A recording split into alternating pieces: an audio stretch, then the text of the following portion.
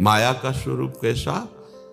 जैसे रस्सी में दूर से सांप जानकर हम भयभीत हो जाएं, ये माया है।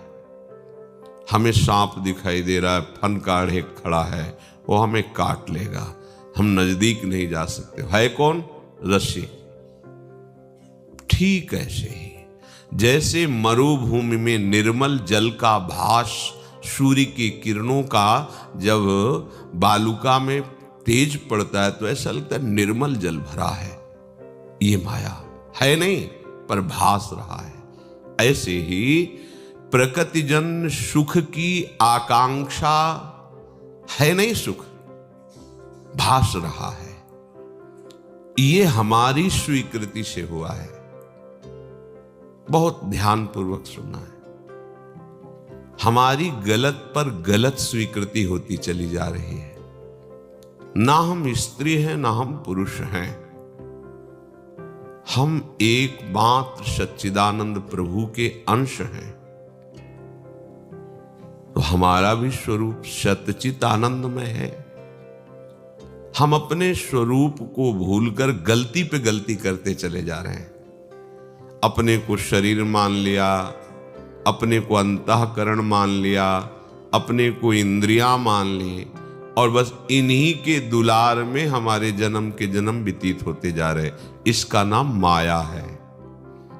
माया किसी वस्तु, व्यक्ति, स्थान का नाम नहीं है। प्रभु के सिवा जो कुछ भास रहा है, भास रहा इसलिए कि है नहीं।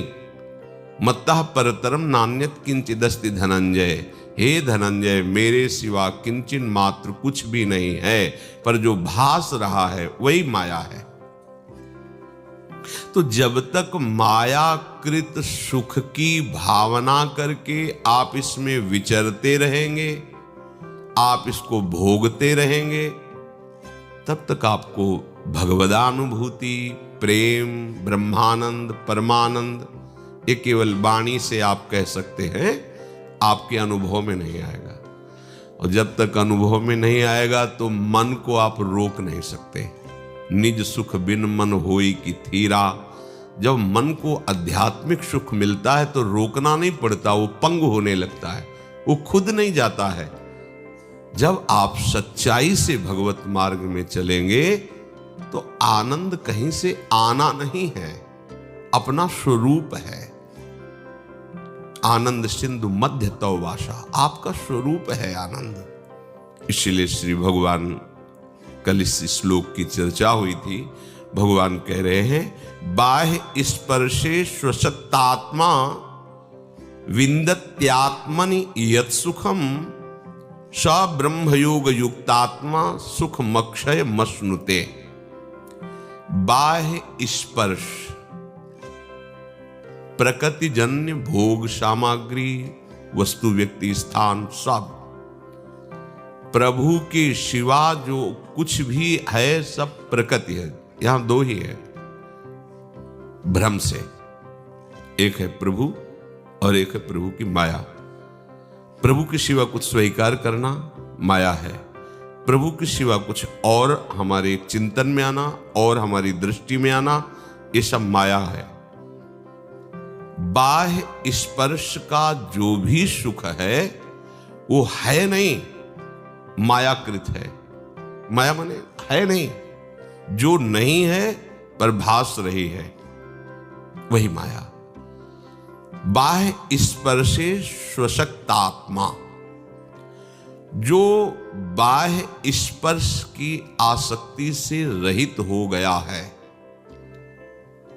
जीवन निर्वाह के लिए, शरीर यात्रा के लिए इसमें पदार्थ डालना ये निषेध नहीं किया गया है। भगवत इच्छा के अनुसार स्वादिष्ट, अस्वादिष्ट, रूखा, सूखा जैसा इस शरीर का प्रारब्ध है, विधान है, वैसा शरीर यात्रा के लिए वस्त्र, भोजन जो भी अनुकूल, उसे स्वीकार कर लेना, विषय भोग नहीं कहते। स्वाद की इच्छा रखना, सुख की इच्छा रखना, फिर उस विषय को सुख की भावना में डूबकर भोगना, कोई भी विषय, उससे सुख लेना ही भोग कहा जाता है। जो उपासक प्रकृतिजन्य किसी भी सुख का भोग नहीं स्वीकार करता, इसमें दो बातें हैं, एक है बाह्य त्याग और एक है आंतरिक त्याग। नवीन उपासक के लिए बाह्य त्याग की भी आवश्यकता है, क्योंकि वो राग द्वेषात्मक वृत्तियों से युक्त अंतःकरण वाला है। अगर बाह्य भोग के बीच में रहेगा तो वो उनसे परास्त हो जाएगा। तो सानिध्य का भी त्याग करें। कोई भी अपने पास ऐसी भोग सामग्री या भोग संबंध बनने वाली व्यवस्था कभी न रखे, ना करे।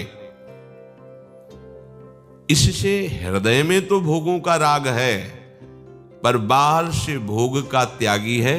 अभी सच्चा त्याग नहीं हुआ, पर सच्चे त्याग की तरफ कदम बढ़ाने वाला उपासक बाह्य पहले त्याग करे। अब वो बाह्य के त्याग से जो हृदय में ताप पैदा हुआ, क्योंकि हृदय तो जल रहा है, अब उस हृदय की जलन मिटाने के लिए उसको जो मार्ग मिला है उपासना का, नाम वाणी सेवा लीला कथा गायन श्रवण, वो इसके प्रताप से हृदय जनित जो ताप था राग युक्त या द्वेष, वो मिटा देता।